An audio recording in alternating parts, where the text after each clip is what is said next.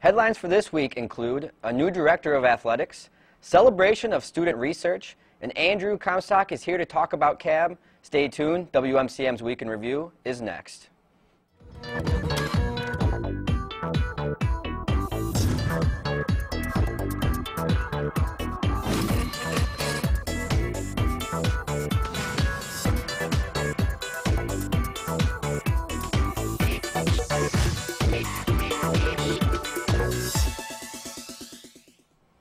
Hello, and thanks for watching WMCM's Week in Review. I'm Haley Seitz. And I'm Colin Talbert. One of the country's best intercollegiate athletic programs has a new leader. Kim Bloom has officially been named Director of Athletics here at UWL.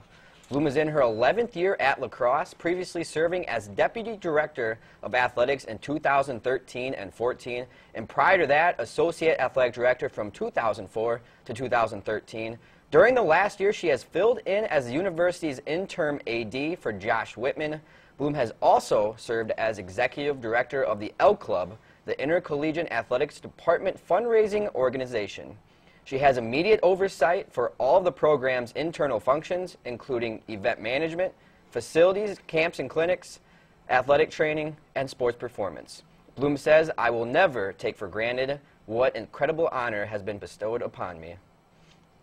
The celebration of student research and creativity is coming to campus. On Friday, April 3rd, Eric Baru will be giving his presentation on self-control. Baru is a psychology major and will share his research on how self-control impacts eating behavior. His interest on the topic came from research done by universities in Texas and Oregon, whose subjects practiced meditation and reduced the amount of cigarettes they smoked. 30 students will be presenting at the celebration, and there will be 127 poster displays. The celebration of student research and creativity oral presentations go from 8:30 in the morning to 12:10 in the afternoon on the 3rd floor of Cartwright, and the poster presentations will be from 9 in the morning to 12:45 in Valhalla. The Society of Health and Physical Educators is honoring UWL professor Garth Tymason with the Shape America Adapted Outstanding Professional Recognition Award. This award honors those who have been demonstrated leadership and service at state, regional, national, and international associations whose mission is to serve the adapted physical education and physical activity profession. Tymason has received more than $3 million of external grant funding for APE and PA projects. Funding sources have included the UW School of Medicine and Public Health, the NCAA, the General Mills Foundation, and the Division of Nutrition Research Coordination of the National Institute of Health. Tymason received a bachelor's from SUNY Cortland, a master's from SUNY Brockport, and a doctorate from Texas Women's University in Denton, Texas. For more information about Shape America and its National Convention and Expo, visit www.shapeamerica.org. Now let's catch up with Travis Udell, Devin Jennings, and Ki Peng to learn more about Cultural Coffee Hour. This week for WMCM, we went out and took a look at the Cultural Coffee Hour in Centennial Hall. The Cultural Coffee Hour is an hour-long event where students sit down with multicultural students and discuss and explain some of their travels and experiences.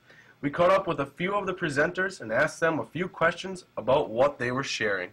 Today I'm presenting one of the countries that I've traveled to, and I went to Israel in 2010. I told them a bit about Tel Aviv, which was the city where we stayed, and I also told them about a day trip that we did to Jerusalem as well as Bethlehem and all the historical sites that we got to see there. I always like to share my personal experience and just tell people about different things that I encountered overseas. I'm here talking about my experience when I went to Ghana for a semester during my undergrad in 2011. Ghana was the best experience I've had during my undergrad. I learned so much just about myself. I got to meet a lot of really great people while I was there. I got involved with sports at the university, and I got to volunteer at an orphanage. So just immersing myself in the culture, I got to learn their language and communicate with a lot of people that way. So it was just fun being out of my comfort zone and experience something new. I shared a lot about the places that I visit. I visited a lot of places around the country, whether it was going to beaches or going to see waterfalls. I went to a monkey sanctuary. I went to like a game reserve where I got to see elephants, so that was really cool. If you are interested in the Cultural Coffee Hour, you can contact Miranda Panzer at mpanzer@uwlax.edu or come check out the next one on April 15th. For WMCM, this has been Travis Udell, Anki Penn, and Devin Jennings. Now here's Ashley Voxland to talk about what's happening around campus. Thanks, Haley.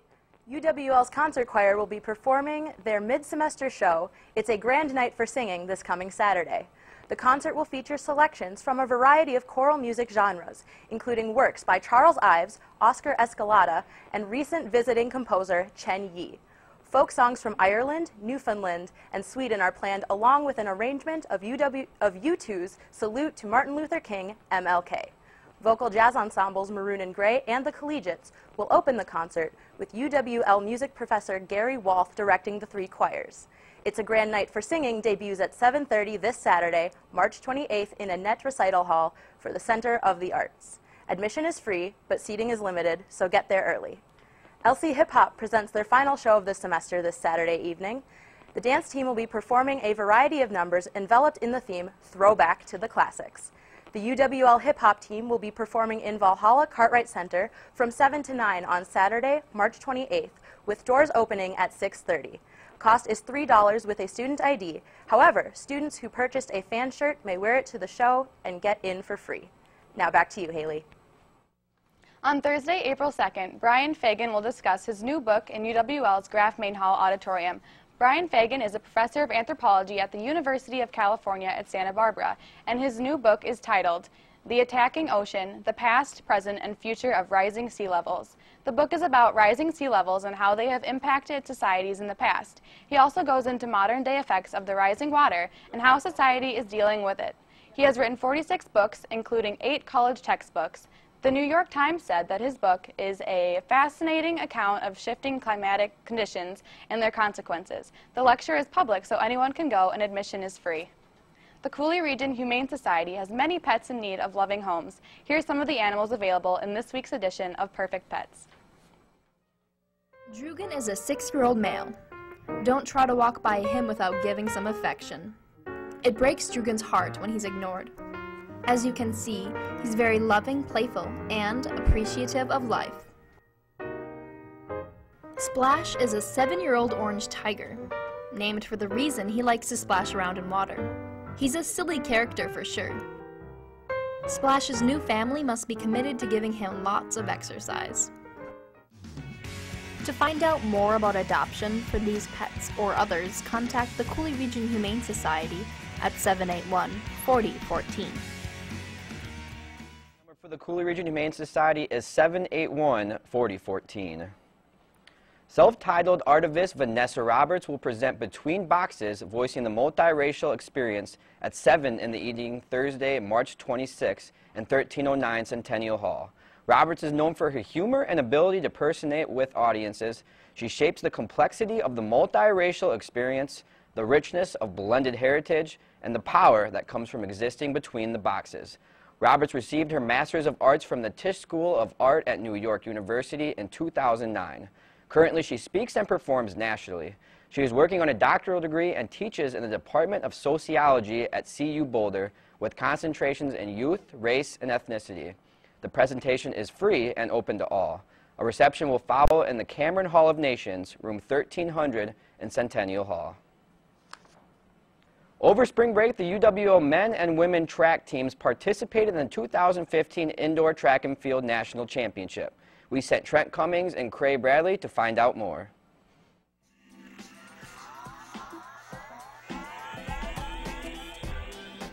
During our spring break, the UWL Women's Track and Field team won the NCAA Division III Indoor Track and Field National Championship.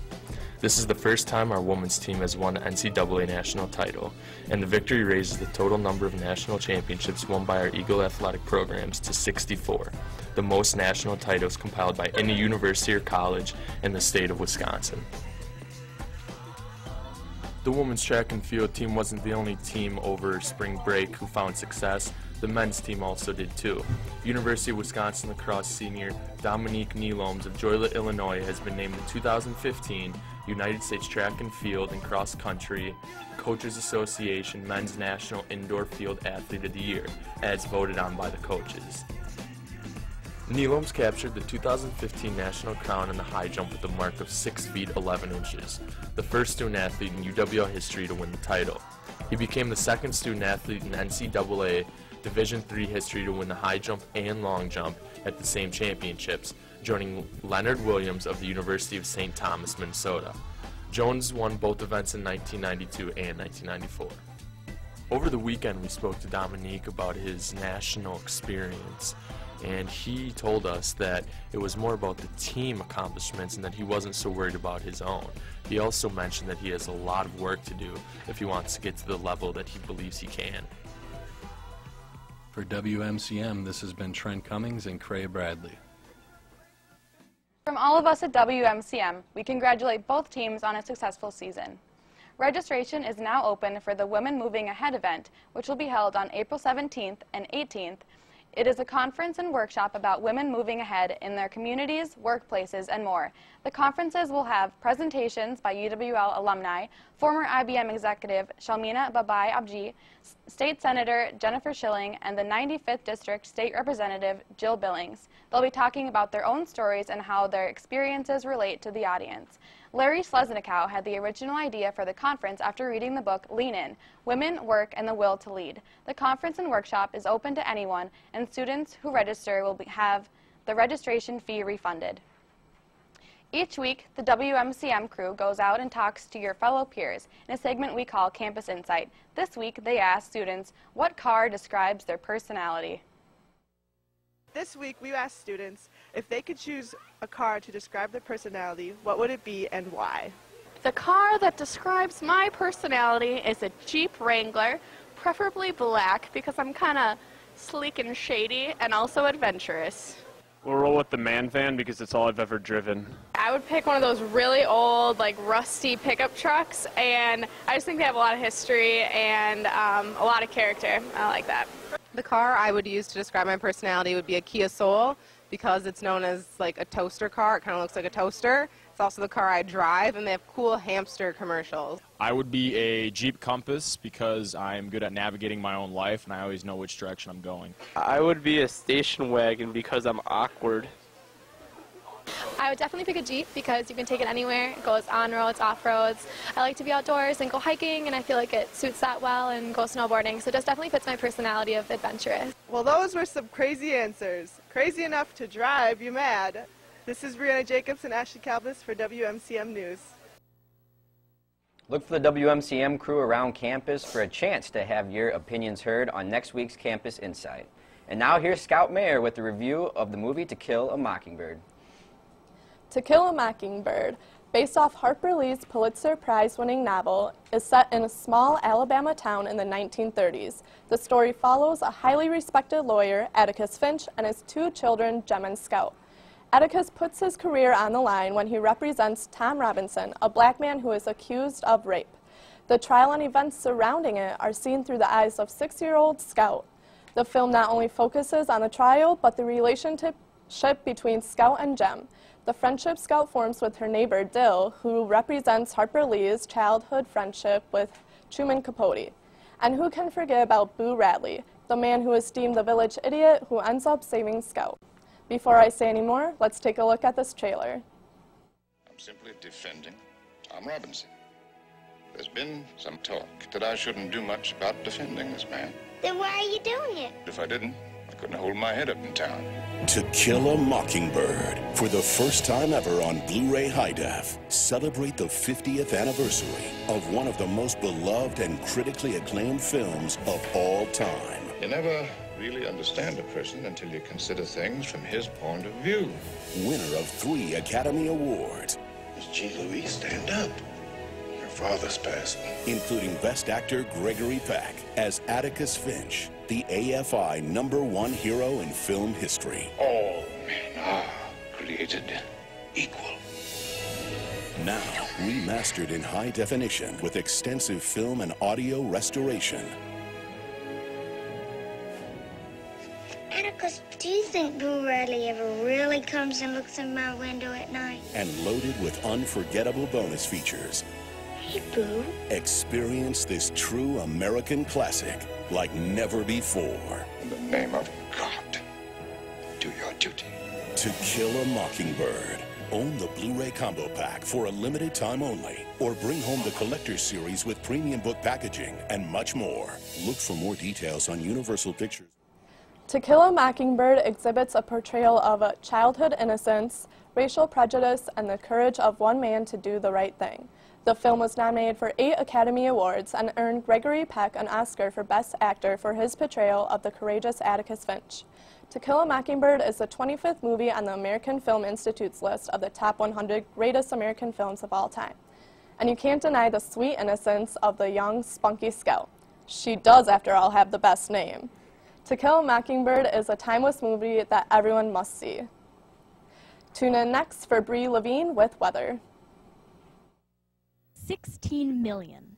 That's how much money in cuts the University of Wisconsin-La Crosse is facing in the new 2-year state budget proposed by Governor Scott Walker. That's left students, faculty, and staff wondering, how will these cuts affect them? I attended a forum hosted by Chairman Gao, and he reassured students that they would not be touched, the quality of the classroom would not decrease. I take the Chancellor on his word, but I still have my doubts. It's gonna really mess with the tuition because they have been having freezes lately, and that's just not gonna work with having all these cuts. There's not gonna be money left over for the school to actually do stuff. Vice Chancellor Bob Hetzel had this to say. The governor has made it very clear, and the legislature has reaffirmed the governor's position that tuition will remain frozen for the next 2 years. With the new budget set to go into effect June 1st, that's left everyone wondering, how is UW-La Crosse going to cut $8 million from its budget each year? Current plans include eliminating 22 vacant positions, cutting back on resources and supplies, and increasing student enrollment to increase revenue. I think supplies and resources will heavily hit the scientific department of the campus. So we'll be looking at almost 36 positions by the end of the process that the university will be eliminating.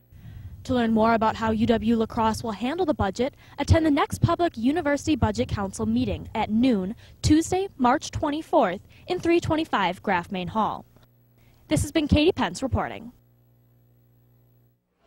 Hey, and thanks for watching WMCM's TV's Week in Review. I'm your Chief Meteorologist, Bree Levine.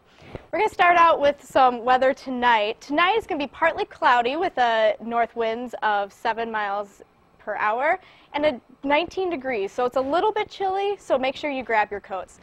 On Friday, moving on to Friday, it will be mostly sunny with temperatures about 35 degrees, so it's going to warm up a whole bunch from tonight.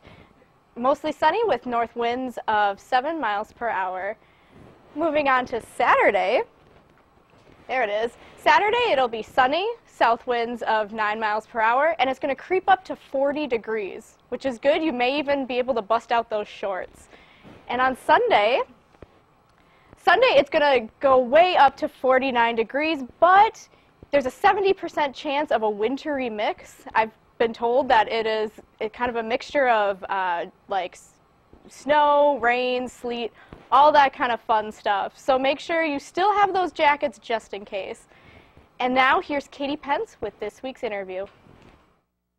Thanks, Bree. I'm joined here by my good friend, Andrew Comstock. Thanks for being here today, Andrew. Thank you for having me. Of course. Now, you are the Director of Public Relations at the Campus Activities Board, is that correct? That is correct. Awesome. So can you tell me a little bit about what Campus Activities Board is for those of people who might not be familiar with it? Absolutely. So it is Campus Activities Board. We're a student-based organization, and we promote academic and educational opportunities and programs for students who want to see performers, hypnotists, spoken word artists, and we just provide that opportunity so it's out there and people can go to it. Plus, the majority of our events are free, and we know as college students we love free things, right? Yes, sir. So how big is CAB? Oh, CAB is huge. It's like my height, only bigger. And I'm a pretty tall guy. Oh, okay. So, based on my orgs, we have about 250 people that have joined the organization officially. Yes, that's a great number. We love that. And then our meetings, we usually have about 35 to 40 people consistently coming every Tuesday. Okay, so then you have to have kind of a lot of leadership positions, a lot of different ways for people to really get involved, right? Yeah, you can start off as a general member, and if you like it a lot, you can apply for different positions. That's what I did. I started off as a general member, and I liked it so much that I applied for the Director of Public Relations spot, and I got it, and now I have a leadership position within the organization. I get to do something I love for an organization I love. Well, that's excellent. How did you get involved with CAB? Speaking of, did you just decide one day, that's the organization I'm going to get involved with, or did you know somebody in it? How did you get involved with it? I have a lot of friends that are in the group, and they have told me so many stories about it, and they were like, Andrew, you got to join this organization. You're going to have so much fun. It's going to be a great fit for you. And at first, it was kind of a conflict with my schedule. I had a class during the meeting times, and I thought, well, I can't make the meetings. How can I be a part of the group? Well, you don't necessarily have to make the meetings. You can talk to the people in charge and figure out when we have events, and you can show up there and help out, and we would love to have you. Awesome. So, I mean, why should students get involved with CAB then? Well, Campus Activities Board likes to dream big. We have a lot of people that have big ideas, we have big dreams, and we set out to try to strive to get those dreams and make them come true, as we say. And it was just a great fit for me because I'm a dreamer and I like to do big things, and it was just a great fit for me. So any student that likes to dream, likes to see awesome things happen, like the Juicy J concert that we had this fall, that was our big thing. We made a lot of money, and it was something straight for the students. The students voted on it. We brought them in. We sold out. Oh, of course. Really fast, too. I remember I tried to get some tickets last minute and missed them. Yeah, it was definitely our biggest event. And I mean, if you want to be part of an organization that hosts big events like that, join CAB. Simple as that. So if somebody is interested, how can they go about joining CAB? Well, the easiest way is to go to the meetings. We have a meeting every Tuesday, 5 p.m. at Cartwright Center, room 259. So go there, check it out, see what CAB is all about, see the things that we like to talk about, see the atmosphere. It's a very friendly atmosphere, and if it's something that you like, feel free to come every Tuesday. But if you don't like it, if it's not a good fit, well, we're just happy to have you there. Awesome. So can you tell me about some of the events you have coming up? I know you guys do a lot of kind of recurring events like Free Movie Fridays, one of my favorite events, Open Mic Night, Craft Night. You guys do a lot of concerts. Can you talk a little bit about some of the things that you put on pretty regularly? Yeah, our Free Movie Friday and our 1, 2, 3 Thursdays are our more common events. Like, our next Free Movie Friday is actually April 10th, and we're featuring American Sniper. So we're going to have a pretty packed house there. That's taking place in Graff Main Hall, April 10th, 7 p.m. And as far as craft nights go, our next one is April 2nd, and we're going to be making plants. So we're going to take yogurt cups, and we're going to fill them with dirt, and we're going to make plants and have students make plants. And actually, our event that is tonight is the Middle Ground Band playing in the cellar at 6 p.m. All right, so still plenty of time to head on over to the cellar and see some awesome live music, then it sounds. Absolutely. What has been your favorite event that you've worked on through CAB? Oh, boy. There's so many of them. I mean, being a musician, I really like the open mic nights because then you get to see students showcase their talents. Obviously, the Free Movie Fridays are awesome, you know, for a date night, plus it is free. And then, honestly, I just think just because of the turnout and the things that were accomplished this day, I think our fall concert, the Juicy J one, was probably my favorite because I had to do a lot of work to help promote that. But then the fact that it sold out and everybody had a great time, and I was definitely one of the people out there dancing while he was up on stage rapping, just everything about that event, I mean, I loved. That has to be my favorite one. Excellent. So as Director of Public Relations, that's a pretty great resume title for you there. What exactly do you do for CAB then? Well, I promote the image of CAB, so I have to figure out what CAB means and how can I get what CAB means out to the students. So I'm mainly in charge of all the social media aspects, Facebook, Instagram, and newly added Snapchat. So if you haven't done so already, you should definitely like our Facebook page, Facebook/CAB UWL. Like us, and then you'll stay up to date with what we have to do. And Snapchat, captions, capital CABTION, definitely add us. So my main job is to keep everything up to date on those things, but then my responsibility is kind of mesh into what the event coordinators do, what the vice president and the presidents do, because we all are kind of a family. We like to help out each other. So if we have an event going on and the event coordinators have a lot of work to do to prepare and organize for an event, we're there to help them out because everything is team-based. Everybody helps out everybody because that's how things get accomplished. And everything we do is based on the students. We're students ourselves, and that's just what CAB does. We provide opportunities for students. Well, excellent. Thanks so much for coming on and being here today, Andrew. If you are interested in becoming a member of CAB, you can go to their meetings. That's Tuesday, 5 p.m. in 259 Cartwright Center. We'll be right back with sports after a look at those perfect pets.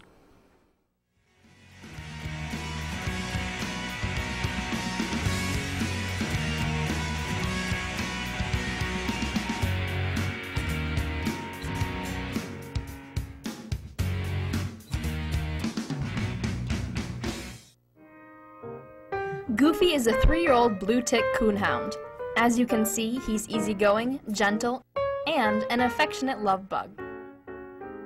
Goofy loves attention and the outdoors. Bella is an 8.5-year-old Labrador Retriever. She's beautiful, ecstatic, and an intelligent young lady. Bella is your typical happy Labrador who is patiently waiting for her forever home. To find out more about adoption for these pets or others, contact the Cooley Region Humane Society at 781-4014. Again, the phone number for the Cooley Region Humane Society is 781-4014. The UWL gymnastics team is finalizing their routines this week to compete in the National Collegiate Gymnastics Association Championships this Friday and Saturday, held right here on campus in Mitchell Hall. I spoke with UWL's Facilities Director, Aaron Thacker, to get the inside scoop. It's a huge event. I mean, we've got 12 teams total who are going to be represented at the national championship.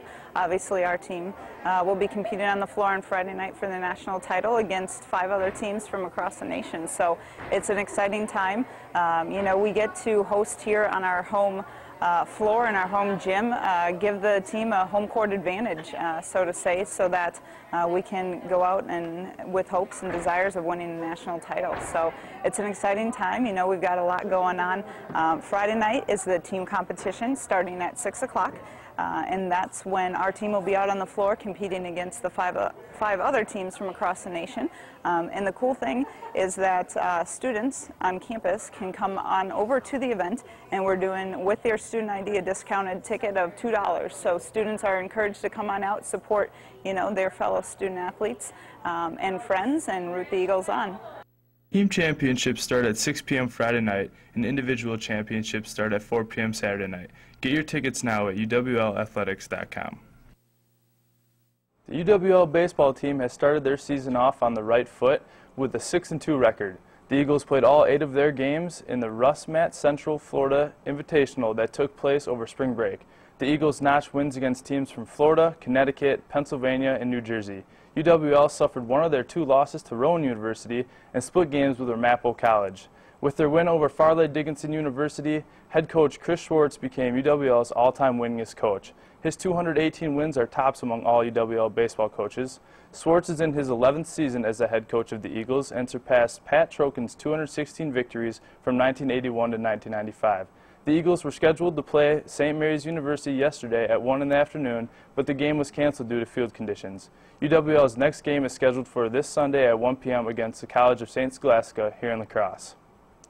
The UWL softball team also traveled over spring break, but this time to Tucson, Arizona. I spoke with sophomore pitcher Jesse Kerrigan and freshman pitcher Katy Klein about their tournament and how their season has been going.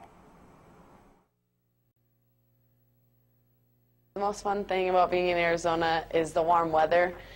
Being with the team, it's like your first time to actually have some really great bonding time and playing some really hard games and just digging in and being on the dirt again is really awesome for the team. So. Seeing the mountains in the outfield was a different change of scenery from anywhere else I ever played, so that kind of added to the whole experience too. The Eagles returned from Tucson with a 10-2 record, improving the record to 14-6 on the season. UWL starts conference play on April 11th and is excited to get going. I'm excited for jumping into the competition of our conference and getting to play the teams that we really rival against. Those games are what we really look forward to. Freshman pitcher Katy Klein recorded 2 saves in her first ever tournament with UWL and is more than excited to continue playing with the team. The competition is a lot steeper, I guess. It's different because the lineup 1 through 9, they're all the best players from their high school, and like rather than, you know, you can usually get by the first few and then the rest isn't as good, but you have to bring your A game for every single batter, so that's a lot different, but it's more fun. The Eagles only have 5 home games this season, so make sure you get out there and support the team. This week's sports.